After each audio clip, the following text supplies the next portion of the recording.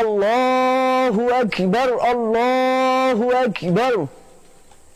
الله أكبر الله أكبر أشهد أن لا إله إلا الله أشهد أن لا إله إلا الله أشهد أن محمد رسول الله أشهد أن محمد رسول الله حي على الصلاة حي على الصلاة حي على الفلاح حي على الفلاح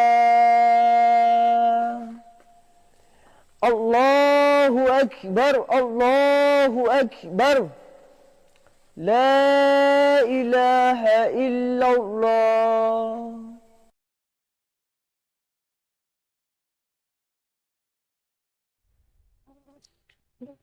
ကျွန်တော်တို့အစ္စလမ်ဘာသာဝင်တွေနဲ့တော့ဒီမြန်မာမွတ်စလင်တွေကဟိုဘယင်းတွေပြည့်ဆက်ခနေရကျွန်တော်တို့တိုက်ပွဲတွေဝင်ခဲ့ကြတယ်။ဘုကျော်အောင်ဆန်းနဲ့တော့ရဲဘော်သုံးချိတ်ထဲမှာလဲကျွန်တော်တို့မြန်မာမွတ်စလင်တွေပါခဲ့တယ်တိုက်ပွဲဝင်ခဲ့တယ်။1962ခုနှစ်အရေးခင်းမှာလဲတော်တော်များများတိုက်ပွဲဝင်ခဲ့တဲ့ဟာတွေရှိတယ်။နောက်ပြ88အရေးခင်း2008ဝါရောင်တော်လန်ရေးခုຫນွေဦးတော်လန်ရေး2021မှာလဲကျွန်တော်တို့ကအခုချိန်ထိလက်သုံးချောင်းထောင်တဲ့ခဏကနေစပြီးတော့လက်နက်ကင်တဲ့အချိန်ထိပေါ့ကျွန်တော်တို့အခုချိန်ထိတိုက်ပွဲဝင်နေခဲ့တယ်ကျွန်တော်တို့အဓိကတွန်းအားပေးချက်ကကျွန်တော်တို့အစ္စလမ်တွေရဲ့ဘာသာအရပြောမယ်ဆိုရင်မတရားမှုဆိုရင်ကောင်းကောင်းမခံဘူးလက်မခံဘူးဆိုတဲ့ဟာမျိုးတော့စုံမထားတာရှိတယ်ကျွန်တော်တို့ကအားအကြောင်းမလို့အာနာရှင်ဇိုးကြီးကိုမကြိုက်လို့မလို့ကျွန်တော်တို့ကဒီထဲကိုလာရောက်တော်လှန်နေခြင်းဖြစ်ပါတယ် ဒီကတော့ဒီအစ္စလမ်ဘာသာဝင်တရားအနေနဲ့မြန်မာမွတ်စလင်တွေဟိုခေတ်ဆက်ဆက်ကလည်းပါဝင်ခဲ့တယ်ဟုတ်တယ်နောက်ပြီးမတရားမှုလုပ်နေတာကိုလက်ပိုက်ကြည့်ဖို့လဲသာသနာတွင်တင်ဆုံးမထားတာမျိုးလည်းမရှိပါဘူးအဲ့ဒီအတွက်ကြောင့်ပဲကျွန်တော်တို့ဒီတော်လန်ရေးကိုပါဝင်ပြီးတော့မှအဆုံးထိတိုက်ပွဲဝင်သွားပါမယ်လို့တိုက်ပွဲဝင်သွားပါမယ်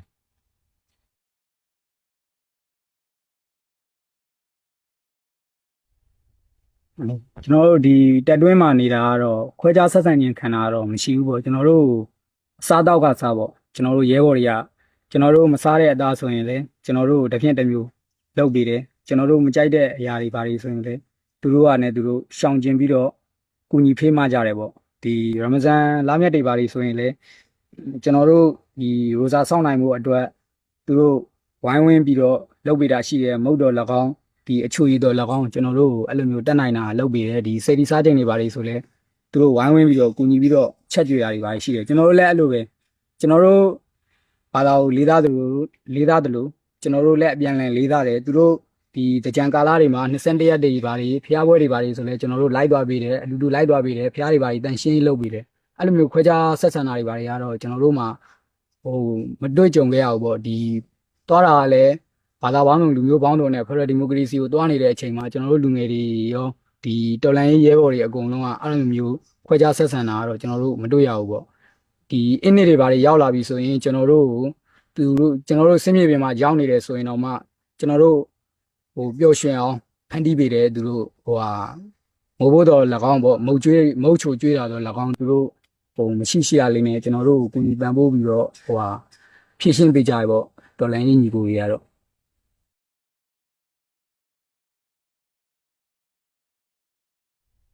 ဒီတော်လန်ကြီးထဲမှာရောက်လာခြင်းကလေးကခက်ခဲတာမျိုးလည်းရှိခဲ့ပါတယ်။ဒါပေမဲ့လွယ်ကူစွာဖြတ်တန်းရတဲ့အချိန်ကာလတွေလည်းရှိခဲ့ပါတယ်။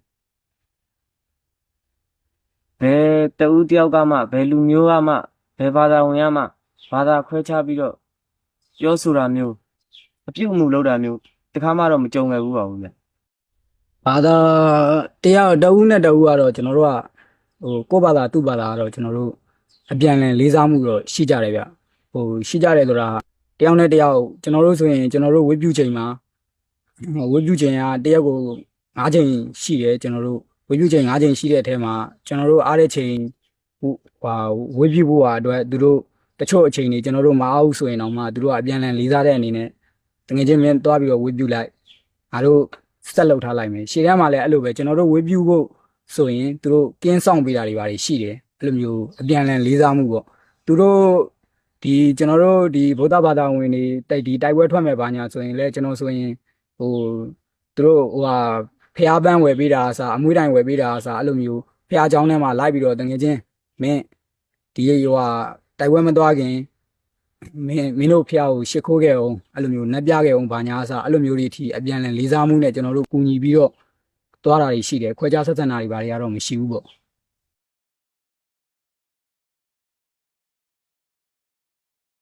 ဒီတော်လန်ကြီးထဲမှာကတော့လူမျိုးစုံဘာသာစုံအများကြီးပါဝင်ခဲ့ပါတယ်ဒီထဲမှာမှတကွဲတပြားစီမဖြစ်ပဲစီစီလုံးလုံးနဲ့ကျွန်တော်တို့ဒီစစ်အာဏာရှင်ကိုတိုက်ထုတ်နေခြင်းဖြစ်ပါတယ်ကျွန်တော်တို့ဒီလိုစီလုံးမှုမရှိဘဲနဲ့တကွဲတပြားနဲ့တိုက်ထုတ်သွားမယ်ဆိုရင်ဒီစစ်အာဏာရှင်ဟာဆက်လက်ပြီးတော့အုပ်စိုးနေမှာဖြစ်ပါတယ်ဇက်ကုံတော်ရှိသေးပါတယ်နွားကွဲရင်ကြားဆွဲတဲ့တဲ့အဲ့စကုံအတိုင်းပါပဲနွားမကွဲအောင်လို့ကျွန်တော်တို့စီလုံးညီညွတ်မှုရှိအောင်လဲအားလုံးကဝိုင်းဝန်းပြီးတော့မှစုဖွဲ့မှုတွေအခုဆိုလုပ်နေတယ်လုပ်ပြီးတော့မှကျွန်တော်တို့ကတစုတစည်းနဲ့ဒီအာဏာရှင်ကိုတွန်းလှန်သွားမှာဖြစ်ပါတယ်အဲ့လိုမျိုးစုစည်းတဲ့အခါမှာဆိုလို့ရင်တော့စုစည်းသွားတဲ့အခါမှာဆိုလို့ရင်တော့ရန်သူဘက်ကတော့အရန်ကိုထိမ့်လန့်စရာကြောက်ရွံ့စရာဖြစ်သွားမှာပေါ့မတူညီတဲ့အင်အားဆိုရင်တော့တယောက်နဲ့တယောက်ကဘာသာမတူသလိုကျွန်တော်တို့နယ်တွေလည်းမတူအဲ့ဒါအောင်မှကျွန်တော်တို့ကစုစုစည်းစည်းအင်အားတစ်ခုနဲ့ကျွန်တော်တို့ကဒီဆေးအာနာရှင်ကိုတိုက်ထုတ်မှရမယ်ဆိုတဲ့ပုံစံမျိုးနဲ့စုစုစည်းစည်းနဲ့ကျွန်တော်တို့ကစီလုံးနေတယ်အင်အားတစ်ခုကိုရအောင်လုပ်တယ်အဲ့အင်အားကိုရလာတဲ့အကျိုးတော့ကကျွန်တော်တို့ကနောက်နာဂတ်ဒီပေါ့နောက်မျိုးဆက်တစ်တွေအထိအင်အားဖြစ်ပေမဲ့စီလုံးမှုတစ်ခုတော့ရလိမ့်မယ်လို့ကျွန်တော်တို့ကမျှော်လင့်နေဖြစ်လဲဖြစ်နိုင်တယ်ဘာလို့လဲဆိုတော့ကျွန်တော်တို့ပညာရေးတွေရှိမယ်ကျွန်တော်တို့လူမှုရေးတွေရှိမယ်ကျွန်တော်တို့ဒီဘာသာရေးကိစ္စတွေတော့ရှိတာပေါ့အဲ့လိုမျိုးကျန်းမာရေးကိစ္စတွေရှိမယ်အဲ့ဒါတွေဆိုရင်ကျွန်တော်တို့ကခုကနေကကျွန်တော်တို့ရဲ့အင်အားကိုစုစည်းစည်းနဲ့ကြစ်လေးနဲ့လှုပ်သွားမယ်ဆိုရင်ကျွန်တော်တို့နိုင်ငံအသစ်တည်ထောင်နိုင်ရေးအတွက်မှာကျွန်တော်တို့ကလူမျိုးဘာသာမခွဲခြားဘူးပဲနဲ့လူတဦးတယောက်ရဲ့ရပိုင်ခွင့်အခွင့်အရေးကိုပြည့်ဝရမယ်ဆိုတာတော့ကျွန်တော်တို့ဒီအင်အားအခုလက်ရှိစီလုံးနေတဲ့အင်အားရဲ့တက်တည်ဖြစ်မှာပဲ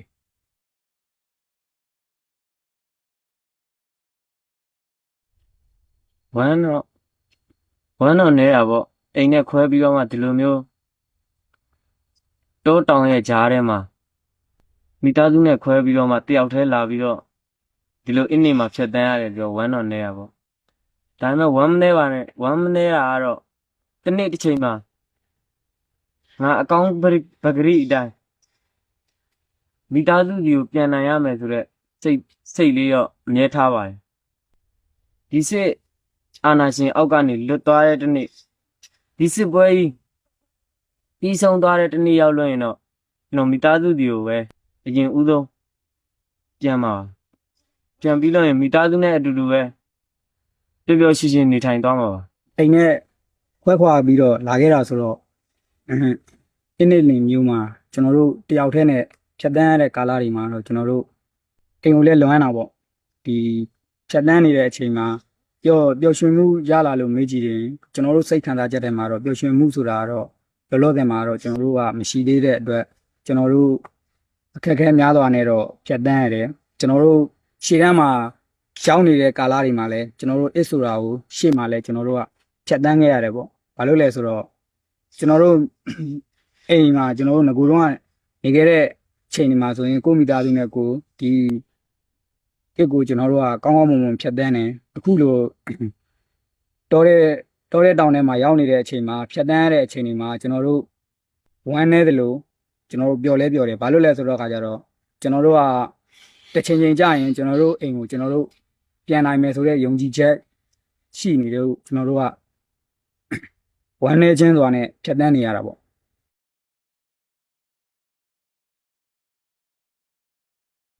ဒီနေ့အနှစ်မှာမွတ်စလင်ညောင်ပေါင်းနဲ့ပြည်သူတွေအားလုံးသိချမ်းသာလို့ကိုယ်ကျမ်းမာကြပါစေလို့ဆုတောင်းပေးရင်းနဲ့နောက်ပြီးကြာဆုံးသွားတဲ့ရဲဘော်တွေအားလုံးလည်းကောင်းရာသူဂတိနားနိုင်ကြပါစေမတရားဖန်ဆီးခံထားရတဲ့ပြည်သူလူထုနဲ့နိုင်ငံရေးသမားအားလုံးလည်းအမြန်ဆုံးလွတ်မြောက်ကြပါစေလို့ဆုတောင်းနေပါတယ် ဟိုကျွန်တော်အနေနဲ့ကဘာလို့ဆူတောင်းပေးခြင်းလဲဆိုရင်ကျွန်တော်တို့ဒီမြန်မာနိုင်ငံကြီးအမြန်ဆုံးပြည်တွင်းစစ်တွေရပ်တန့်ဖို့အမြန်ဆုံးငြိမ်းချမ်းဖို့ကျေးရွာတွေမှာခုဆိုရင်စစ်ကောင်စီကတော်တော်များများစစ်ကြောင်းထိုးပြီးတော့မီးရှို့နေတာတွေရှိတယ်အဲ့လို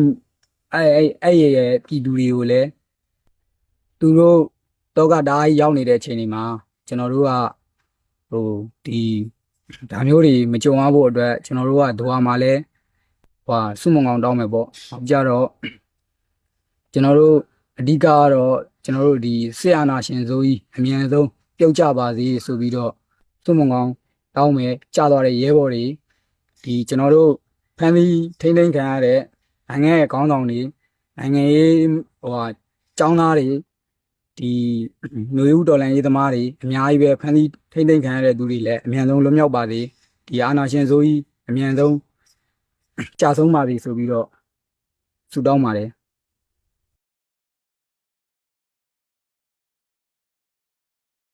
ကျွန်တော်တို့ကနိုင်ငံအစ်စ်ကိုပြန်လည်ထူထောင်တဲ့အနေနဲ့မှာကျွန်တော်တို့ကတိုင်းသားပေါင်းစုံလူမျိုးပေါင်းစုံကျွန်တော်ခြေတော်ရှေ့မှာပြောခဲ့တယ်လို့ပဲလူတစ်ယောက်ရဲ့လူသီးသီးရဲ့လူတစ်ယောက်ချင်းစီရဲ့ကိုယ်ပိုင်ရပိုင်ခွင့်တွေကိုအဲ့လိုမျိုးကိုယ်ပိုင်ရပိုင်ခွင့်တွေကိုရရှိပြီးတော့ကျွန်တော်တို့ကနိုင်ငံအစ်စ်ကိုတည်ထောင်မှာဖြစ်တဲ့အတွက်အဲ့လိုမျိုးခွဲခြားဆက်ဆံတာတွေဘာတွေကျွန်တော်တို့ဒီနိုင်ငံအစ်စ်မှာမရှိအောင်ကျွန်တော်တို့ကကြိုးစားမယ်ဘာလို့လဲဆိုတော့ကျွန်တော်တို့ကတစ်ချိန်တော့အာဏာရှင်စစ်အာဏာရှင်ကကောင်းကောင်းကျွန်တော်တို့ရိုင်းနှက်ခဲ့တာတွေရှိတယ်ဘာလို့လဲဆိုတော့ကျွန်တော်တို့ကဒီနိုင်ငံအစ်စ်မှာအဲ့ဒါတွေပါမသွားခြင်းဘူးဘာလို့ပါမသွားခြင်းလဲဆိုတော့ဒီစစ်ကောင်စီရဲ့ကကောင်းကောင်းလောက်ခဲ့တာဘာလို့လဲဆိုတော့ကျွန်တော်တို့မှာမှတ်ပုံတင်ရိုက်တဲ့နေရာမှာကျွန်တော်တို့မျက်နှာငယ်ရတာတွေရှိတယ်ကျွန်တော်တို့ကြောင်းတက်တဲ့နေရာတွေမှာကျွန်တော်တို့ဒီကျမကြီးတွေဘာတွေတွားပြတဲ့နေရာတွေမှာဘာတွေမှာကျွန်တော်တို့မှာအမြဲတမ်းဒီစစ်ကောင်စီလက်ထက်ကခွဲခြားဆက်ဆံခံရတာတွေကျွန်တော်တို့ကအများဆုံးကြုံတွေ့ခဲ့ရတာရှိတယ်ကျွန်တော်တို့နိုင်ငံအစ်စ်ကိုတွားပြီဆိုရင်ကျွန်တော်တို့ကအဲ့ဒါတွေကျွန်တော်တို့ကယူမသွားတော့ဘူးအဲ့အတုတွေကိုလည်းကျွန်တော်တို့ကယူမသွားဘဲနဲ့ကျွန်တော်တို့ကကိုယုံကြည်အားကိုးကွယ်ကြမယ်လွတ်လွတ်လပ်လပ်ကိုးကွယ်ပြီးတော့ Federal Democracy ကိုကျွန်တော်တို့ကကောင်းကောင်းတည်ဆောက်သွားမယ်လို့ကျွန်တော်တို့ကတော့ဒီနိုင်ငံအစ်စ်မှာယုံကြည်ချက်အပြည့်နဲ့နိုင်ငံအစ်စ်ကိုတည်ထောင်သွားမယ်လို့ယုံကြည်နေပါတယ်